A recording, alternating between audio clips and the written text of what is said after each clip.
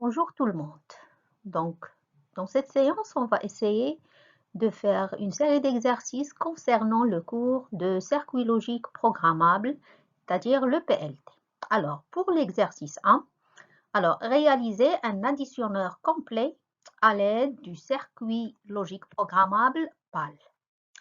Donc, pour la deuxième question, soit le PAL de référence 16R8, dont le brochage est donné ci-dessous, et le schéma interne est ci-dessous aussi. Alors, faites une description de ce circuit-là à partir de son brochage et de son schéma équivalent. Alors, pour l'exercice 2, donc vous avez la figure, il montre la structure d'une macrocellule de sortie, OLMC. Donc, comme vous le voyez sur le schéma, vous avez le multiplexeur 4 vers 1. Vous avez aussi le multiplexeur 2 vers 1. Vous avez la bascule T, la matrice en E et en O. Et vous avez le porte A3 zeta. Donc, la polarité de chaque cellule configurable, il peut être programmé individuellement pour être inversé ou non. Donc, d'autre part, la sortie, il peut être combinatoire ou séquentiel. On vous demande, en première question, lequel des deux bits S0 et S1 détermine la polarité. Deuxième question, dessinez les 4 circuits équivalents à la cellule configurable. Alors, donc, pour l'exercice 1, la question 1 était la réalisation d'un additionneur complet. Alors, dans le cours des fonctions combinatoires avancées, on avait vu l'additionneur complet avec ces trois entrées AI, BI, si vous le rappelez, et RI-1, et ces deux sorties SI et RI. Donc, dans ce cours-là, on avait vu les équations de cet additionneur complet. SI est égal à AI bar fois BI bar fois RI-1 plus AI bar fois BI fois RI-1 bar plus AI fois BI bar fois RI-1 bar plus AI fois BI fois RI-1. Et pour le RI, c'est AI bar BI RI-1 plus AI BI bar RI-1 plus AIBI RI-1 bar plus AIBI RI-1. Donc, puisqu'on a les équations de SI et RI, donc on va commencer tout d'abord par les termes des AND, par exemple pour SI. Donc, SI, c'est la somme de trois AND, d'accord? Donc, on a besoin, de 4 AND. Donc, on a besoin de l'Inde Lula, c'est-à-dire la première Inde qui a pour entrée AI bar, BI bar et RI-1. Donc, la sortie de la première Inde, ça sera AI bar, BI bar fois RI-1.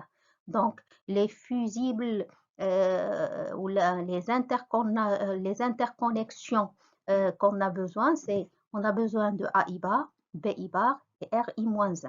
Donc, on va les prendre comme entrée pour la première porte AND. Alors, pour la deuxième porte AND, les entrées sont AI bar, BI et RI-1 bar. Alors, pour la troisième AND, les entrées sont AI, BI bar et RI-1 bar. Et la dernière porte AND, ou bien la quatrième, les entrées sont AI, BI et RI-1. Donc, étant donné les sorties, ces 4 sorties seront interconnectées dans une porte OU, d'accord, pour à la sortie qu'on aura SI. La même chose pour RI, c'est la somme de 4 sorties de porte AND. Donc, on a besoin de la première porte AND pour le RI, c'est les entrées sont AI bar, BI, RI-1. Alors, la deuxième porte AND est là comme entrée AI, BI bar et RI-1. Donc, ce sont les interconnexions ou bien les fusibles qu'on a besoin. Alors, pour la troisième porte AND, on a besoin des fusibles AI, BI, RI-1 bar. on va cocher seulement les entrées qu'on a besoin. D'accord? Et pour la dernière porte AND, on a besoin AI, BI, RI-1. Donc, on va cocher les fusibles qu'on a besoin, c'est-à-dire le AI, BI et RI-1. Et la somme de ces 4 termes, on va les mettre dans une porte OU pour avoir en finale le RI. Et comme ça, on a réalisé un addition. Alors, pour la deuxième question, la description du PAL de référence 16R8. Alors, d'après le schéma interne de ce PAL-là, alors on voit que ce PAL, il peut avoir des bascules en sortie. Donc, les différents bascules dès qu'on a. Alors, et d'après le brochage, donc on a le PAL 16R8. Donc, comme vous le voyez sur le brochage, il a 8 entrées. Donc, c'est les entrées input, donc de la patte 2 jusqu'à la patte 9. D'accord? Ce sont les inputs ou bien les entrées. Et là, 8 sorties avec bascule.